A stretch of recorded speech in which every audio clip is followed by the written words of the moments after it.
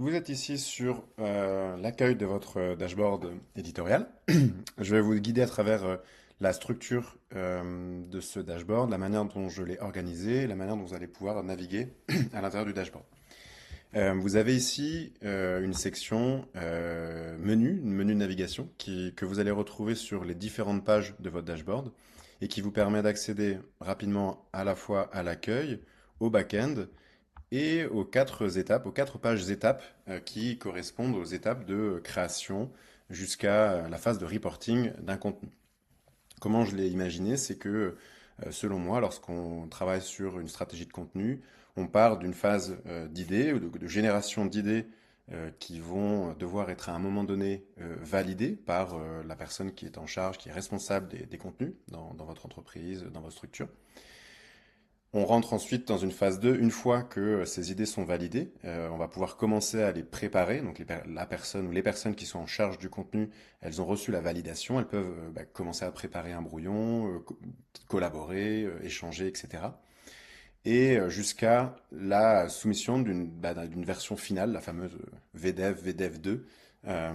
L'idée, c'est de sortir de la phase 2 lorsque la personne en charge de la validation va valider le brouillon final, la VDEF.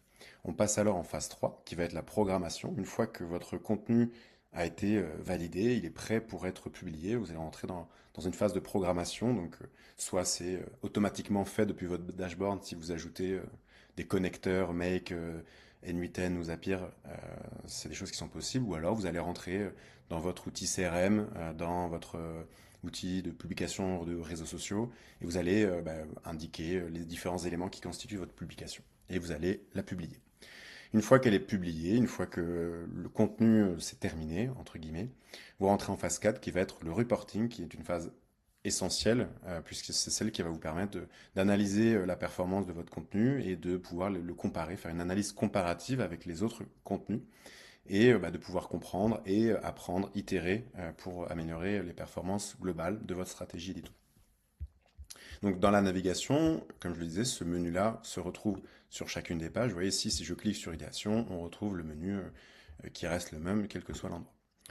Vous avez également le back-end, donc accessible depuis le menu, mais qui se trouve, et en termes d'architecture de données, il est hébergé tout en bas de la page accueil, que vous retrouvez dans cet encadré rouge. Vous voyez, c'est la même chose que l'on clique sur cette page ou sur back-end.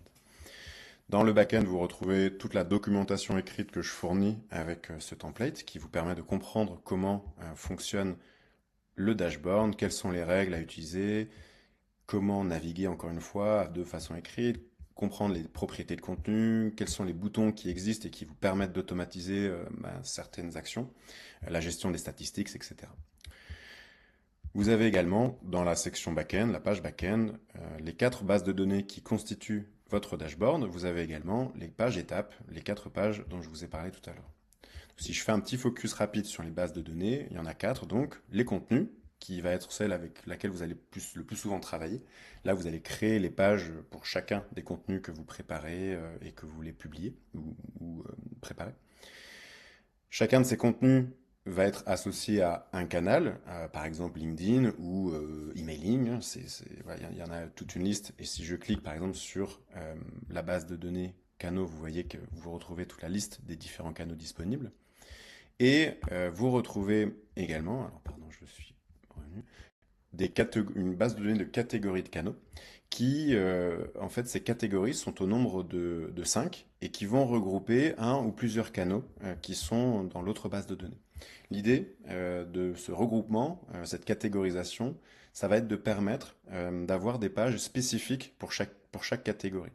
Donc ces catégories-là, elles ont également une page qui leur est dédiée, que vous allez retrouver sur l'accueil, dans la première section de l'accueil. Vous voyez ici, vous avez une vue des différentes catégories de contenu. Et si vous cliquez, vous allez retrouver une architecture de page qui est relativement la même que celle que je vous ai présentée, à savoir on retrouve le menu et différentes vues filtrées sur la catégorie de canaux sur laquelle vous vous trouvez. C'est important de comprendre cette catégorisation parce que les contenus que vous allez créer vont être associés systématiquement à un canal et à une catégorie de canaux. Il y en a globalement il y a 3 catégories sur les 5 qui sont faciles à comprendre, ou même plutôt 4, je vais dire. Vous avez les réseaux sociaux, qui regroupent Instagram, LinkedIn, etc.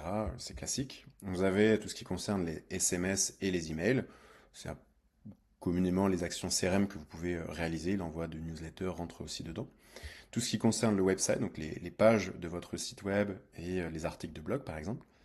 Le marronnier, qui est un canal et une catégorie en même temps, qui vous permet en fait de lister tous les événements internes et externes sur lesquels vous aimeriez communiquer ou prévoyez potentiellement de communiquer. Et une dernière catégorie, ou plutôt une première, qui concerne les contenus de marque. Ce sont euh, tous les éléments, tous les contenus, j'ai envie de dire bruts, que vous allez créer. Par exemple, une vidéo, vous allez préparer un podcast. Voilà, des contenus qui ont une durée de vie, une durée de création qui va être beaucoup plus longue que les autres canaux et les autres catégories de canaux. Et qui n'ont pas forcément de date de publication. Donc je vais vous donner un exemple pour illustrer, pour faire comprendre. C'est par exemple si vous allez créer une vidéo, vouloir créer une vidéo au sujet de votre activité, au sujet d'une thématique spécifique liée à votre activité. Cette vidéo, en réalité, vous allez la préparer, la créer, la valider, valider les scripts, etc. Mais en parallèle, vous allez systématiquement préparer, par exemple, une publication en story avec un extrait ou une capsule de cette vidéo. Vous allez probablement faire un script écrit de la vidéo pour le mettre en article de blog, par exemple. Vous allez peut-être envoyer un email à votre communauté, à votre base de prospects chaud ou froid pour évoquer cette vidéo. Donc voilà, en fait, le contenu de marque, ça va être les contenus qui sont à l'origine des autres contenus que vous allez publier dans les autres canaux et les autres catégories de canaux. La distinction est subjective, mais elle est paramétrée de manière à ce que vous ayez pour chacune des catégories. euh, Cette catégorisation, elle est subjective, bien entendu. Vous aurez la main pour modifier éventuellement la façon dont vous regroupez les canaux au sein de ces catégories. Je mets quand même une petite alerte sur le fait qu'il faut être suffisamment à l'aise sur les formules et les automatisations dans Notion pour pouvoir apporter une modification à ce dashboard.